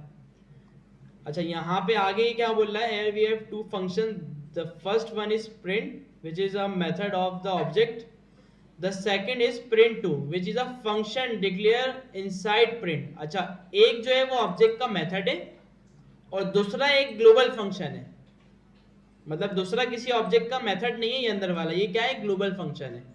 तो इसके अंदर दिस इसका अपना वाला ही है, जो ग्लोबली था वो यहाँ पे भी, कोई फर्क नहीं आ रहा। अच्छा अगर आप इसको एरो बना दें तो फिर ये उठाएगा किसका, ऑब्जेक्ट का दिस, मतलब अपने स्कोप के पेरेंट वाले का। तो यहाँ पे ये मतलब थोड़ी थ्योरी वाली चीज़ें सारी, और ये है कि जिनको फंक्शन अच्छे समझ में आए होंगे, ऑब्जेक्ट वगैरह जावास्क्रिप्ट ही पूरी समझ लें तो उसके दिमाग में ये बैटरी होगी। और ये इंटरव्यू के लिए ज़रूरी है, जब आप इंटरव्यू देने जाएंगे तो ये आना ज़रूरी है, ये सवाल हो सकते हैं, ठीक है। खैर बंदा भूल भी जाता है, तो जब भी इंटरव्यू होता है तो थोड़ा देख के चले आता है कि भाई ये सीन था, जब इंटरव्यू में पूछा जाए तो बता दिया जाए, ठीक है भाई। हाँ मैं भी पूछ लूँगा, सही है। तो करें प्रैक्टिस, सही है, स्टार्ट करें।